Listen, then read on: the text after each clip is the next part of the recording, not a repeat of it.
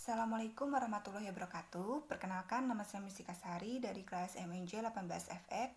Di sini saya akan menjawab pertanyaan kuis 1 kepemimpinan, yaitu bagaimana kumpulan persepsi dosen dan harapan siswa serta atributnya dapat mempengaruhi motivasi dan kinerja siswa. Serta apakah dosen dapat menjadi lebih efektif dengan menjadi sadar akan proses ini, dan apakah itu benar untuk para pimpinan pada umumnya.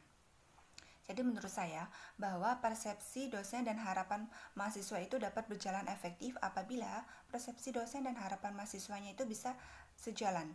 Nah, dalam artian di sini dosen berharap untuk materi dan proses pembelajaran yang diberikannya itu bisa dipahami dan dimengerti oleh setiap mahasiswanya, dan berharap mahasiswanya aktif dan partisipan pada setiap proses pembelajaran yang ada. Dan di sini mahasiswa menginginkan proses pembelajaran yang efektif, bervariasi, dan tidak membosankan. Dan mereka merasa tidak tertekan. Dalam artian di sini mereka bisa memberikan asumsi pendapat mereka tanpa adanya rasa takut.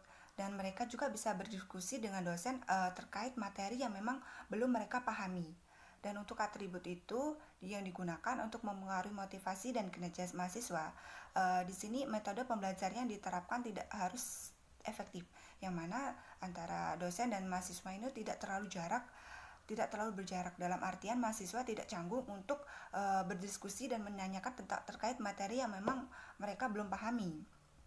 Nah, jadi di sini dosen lebih mengetahui kebutuhan mahasiswanya tentang kebutuhan mahasiswa dalam sistem belajar itu seperti apa. Jadi bisa sejalan antara arah komunikasi mahasiswa dan dosennya. Dan di sini juga dosen harus lebih friendly, dalam artian mampu memotivasi mahasiswanya untuk belajar bersama-sama. Ayo kita belajar bersama-sama untuk lebih mengembangkan bakat dan minat kalian seperti apa gitu. Nah, di sini juga dosen akan lebih efektif apabila sadar akan proses ini, karena dosen lebih mengetahui metode yang cocok untuk diterapkan kepada mahasiswanya. Dan di sini juga dosen mampu memahami karakteristik dari setiap masing-masing mahasiswanya.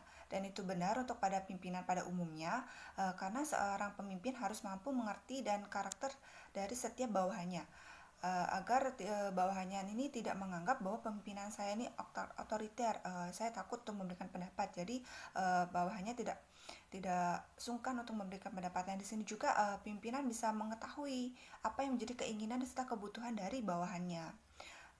Dan di sini juga dengan adanya sistem saling mengerti atau keinginan ataupun kebutuhan bawahannya, bisa terjalinnya antara komunikasi pimpinan dan bawahannya itu lebih efektif.